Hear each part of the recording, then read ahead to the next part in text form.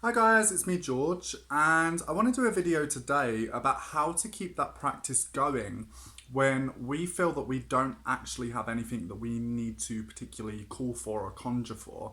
So when we get to a point, and every magician gets to this point, when we actually feel like we, as magicians, don't actually need anything, in terms of operative magic, and particularly within folk magic, we may feel like we don't actually need anything in our lives and that our lives are actually complete enough to not conjure anything. And I think that as a folk magician, that's a really good sign because that actually means that you are doing something right. Now, does then mean that a really good folk magician will never have any issues or problems or obstacles in their life? Of course not, because it's life. Things happen, and unfortunately, things good and bad happen, and it is what it is.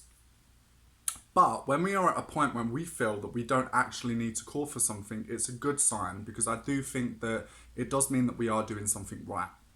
Um, and also, I think that when life offers situations that you feel pretty chilled out and you feel pretty content and happy, that's always a good thing, just as a human, you know? So, first of all, I kind of want to talk about the idea of meditation. So, meditation is something that is actually really useful to a magician and actually just really useful for people in general because this day and age that we live in, everything is so fast, it's so quick, and particularly in terms of communication, we can see when someone's seen something. There are a lot of more pressures now than there actually was, say, about 20 or 10 years ago.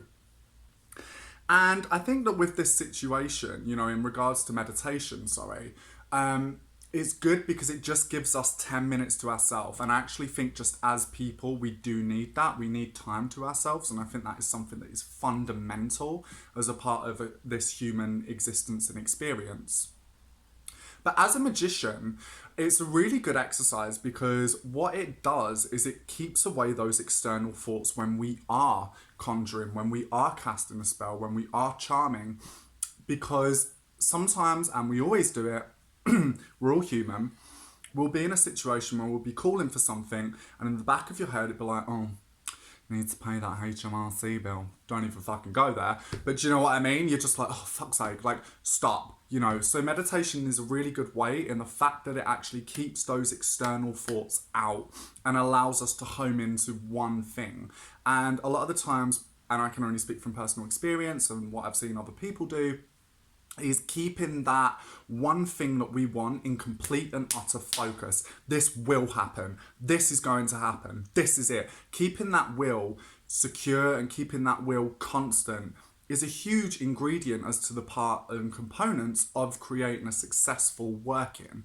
So I actually think that meditation is really useful for that. One of the things I actually tend to do when I meditate is actually focus on a colour or a particular shade. A lot of the time I focus on white or I'll focus on black, and I'll keep my head focusing on that one shade or one colour for as much as I can because it's really useful in regards to when we are conjuring for the future. It helps keep those thoughts disciplined. It helps keep our mind disciplined, and that's really important for a magician in general. So the other thing is plants. So a lot of people, in particularly with folk magical systems, we tend to work a lot with plants. So actually sowing seeds, actually planting things, actually knowing, oh, what does lavender look like as a seedling? What does this look like? What does St. John's wort look like? What are the leaves like? What are its flowers like? What are its buds like? And from a practical perspective, it really helps. It helps us give some illumination into what those herbs are, and it actually helps us to identify them in our further and future practice. So I've said it before and I'll say it again and I'll proper bomb it off, but foraging courses have contributed so much to my practice and so much to my knowledge as a witch and as a magician that there is something so special about going to the place that I work in and being like, oh, I'll have a bit of this, I'll have a bit of that, oh, there's a bit of plantain there, that's good for that, oh, there's this there, that's good for that. And there's something really authentic and good about that. And actually what I have found is that in terms of accuracy and in terms of results-based magic, it's been a lot more potent for me and for my practice. Now, does that mean that store-bought plants and herbs aren't as potent? No, it doesn't mean that, because I've done that the other day. The other day I was like, shit, it's out of season for this certain plant. And I was like, I've got it in the cupboard, dried up, perfect.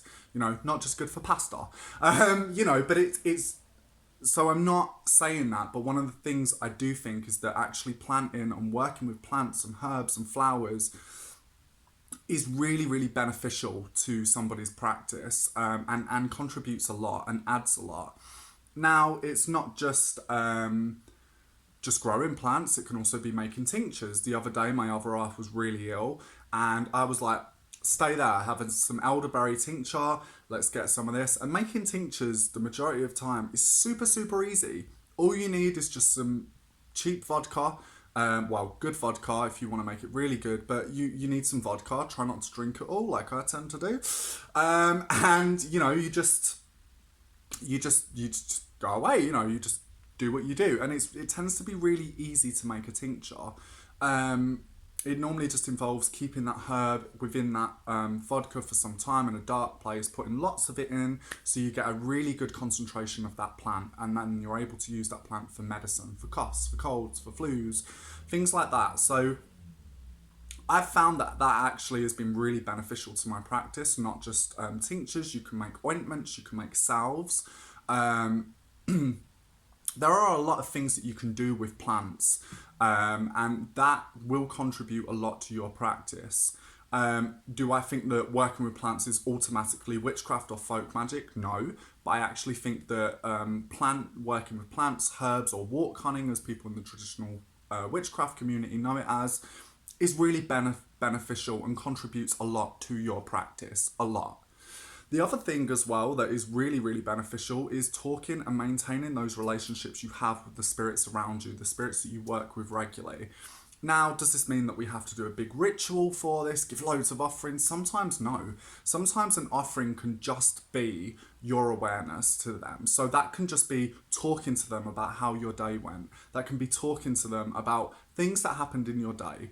Cecil Williamson was said to talk to his familiar spirits for around an hour each night, and would often consult with his shadow when he had large business transactions to do or big decisions to make. He would often consult with his shadow. So it's really beneficial to keep and maintain those relationships with those familiar spirits or ancestral spirits, or whatever it is that you work with. Sometimes something as simple as offering a glass of water and a little candle can speak a lot. You know, there are certain folk magical traditions around the world that quite often will give ancestral spirits, particularly ancestral spirits, vessels of fresh water to quench their thirst. And I really love that idea. And that's something that I've actually included within my own practice. And something like that, so small, can actually mean so much in terms of building and establishing and keep maintaining that relationship that you have with the familiar spirits around you.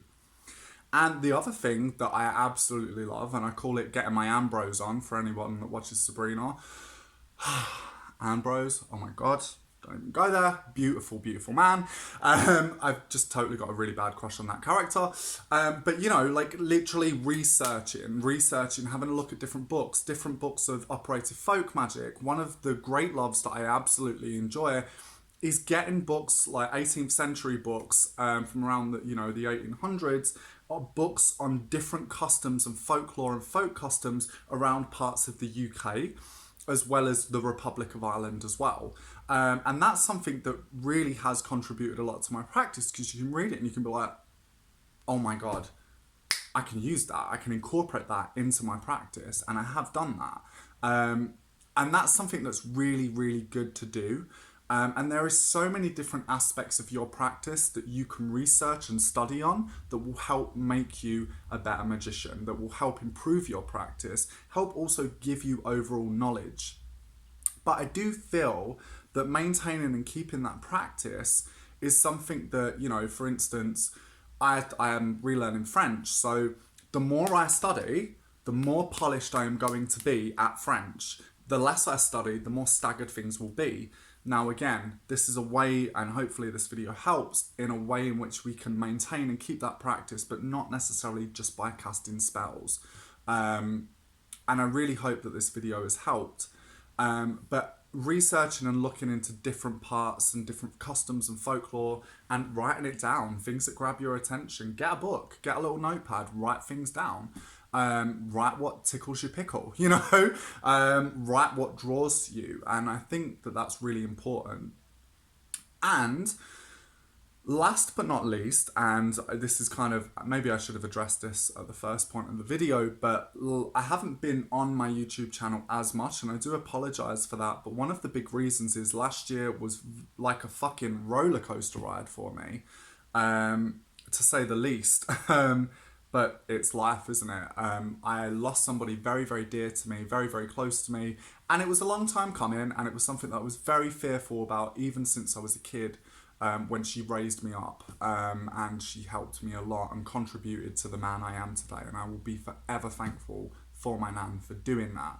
But I did lose my nan, and that was something that I just needed my own time. I needed my own time to process things, I needed my own time to help, and it was Samhain time. So Samhain time was a very physical Samhain for me, in the sense that I was watching her transition from this world to the spirit world, and also afterwards receiving messages and signs from her, and I just kind of needed my own space, so I had to put this channel aside. And not only that, at the same time, I was being made redundant from my other job. There was a huge transition period where there were issues with pay. Those of you that aren't so clear about that, watch the Green Devil money back spell, and that came to a halt, and that came to a head, and it worked out in my favour. But yeah, in regards to my nan, I just needed my own time, and I needed my own time to process things. But things in my life in general now are so much more better. I have a super amazing job, which I love, and I'm really happy. Things are getting better. That doesn't necessarily mean that I'm fully over my nan, because I don't think I ever will. But to know that I have received signs and omens from her, and other people in my family have, means a lot to me. To know that she is still there behind me, just as she was when she was in the world of the living, means more to me than anything. And I love that. So yeah, I hope this video helps, and I hope that it kind of helps make sense, and I hope that other magicians can relate to this, because I have been through this situation before, and I'm like, really want to practice witchcraft or folk magic, but not really got anything to conjure or practice for. So but yeah, I hope this video helps, and I hope, you know, the explanation made things a little bit clearer as to why I haven't been on as much. Over and out. Peace. Take care, guys.